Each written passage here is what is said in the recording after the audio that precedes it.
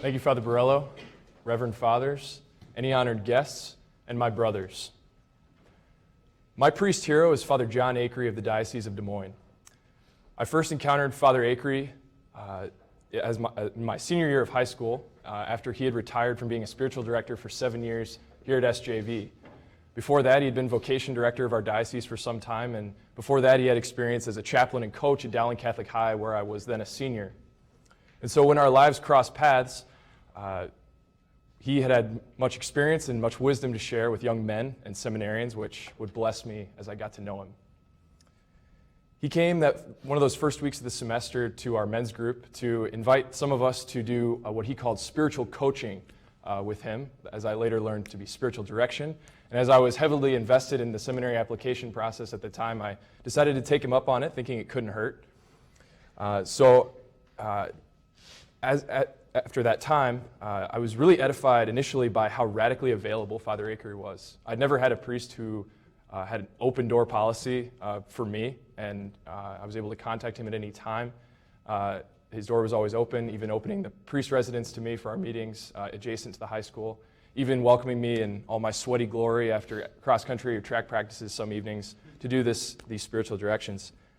And over the years, as I've gotten to know Father Acree, I've been struck by a number of things, but especially his genuine interest that he's taken in my life, in the life of my soul, the direct and realistic nature of his counsel to me, and his heroic sacrifice in his vocation.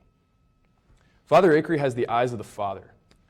He has a gift of being able to see the goodness in every person he encounters, and especially the young people who don't always see this goodness in themselves. As a high school senior and during my discernment, there were many times when I didn't think that I was doing enough or doing enough of the right things to be a priest or even to enter seminary. And he was always quick to reshift my focus back to the good of my desires and the good of the things that I already was doing. He was never remiss to tell me that I was good and that he loved me.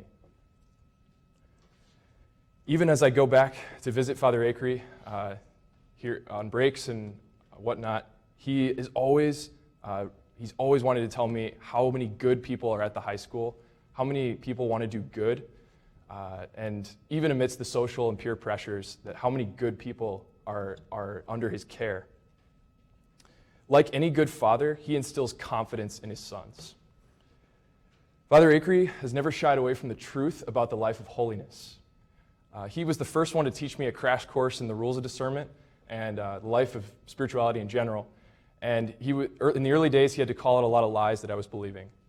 And he always liked to use a line, something similar to the following, that, Nick, the evil one is real, and when you sense those lies coming back that you've been believing, tell him to go to hell where he belongs.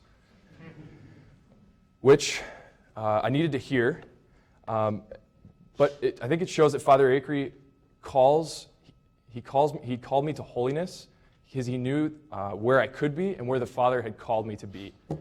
He never allowed me to shy away from my call to seminary and to pursue the priesthood during that year, even amidst all the doubts, because he knew where God had asked me to be. He didn't want me to shy away from that.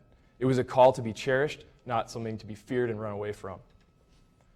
So again, Father Acree never lowers the standard, but he has always called me to look to the one who allows me to achieve that standard. Finally, Father Acree is a heroic witness to the priesthood. A few years ago, Father Acree almost died.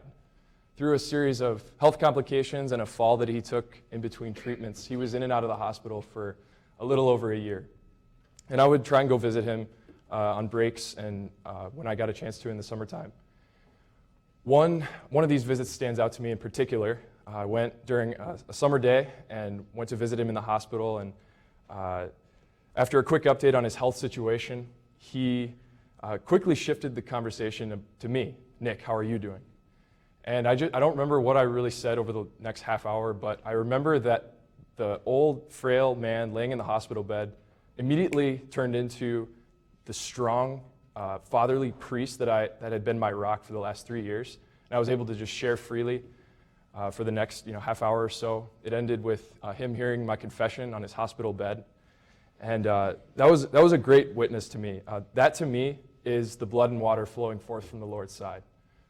Even though this man, this priest, could not walk unassisted, he he was confined to his bed most of the time, he sought out his flock, and he fought for those chances to exercise his ministry.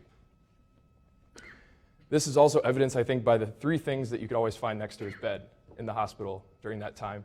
There was his breviary, his rosary, and his cell phone. His breviary, he was always committed to, and always committed to prayer, to the life of the church. His rosary, he knew personally Mary to be his mother, and his cell phone, to be in touch with his flock, even from the confines of his hospital bed. Like the Good Shepherd, Father Acree knows his sheep, often better than they know themselves, and he prays and works diligently that none of them may be lost. Praise be Jesus Christ.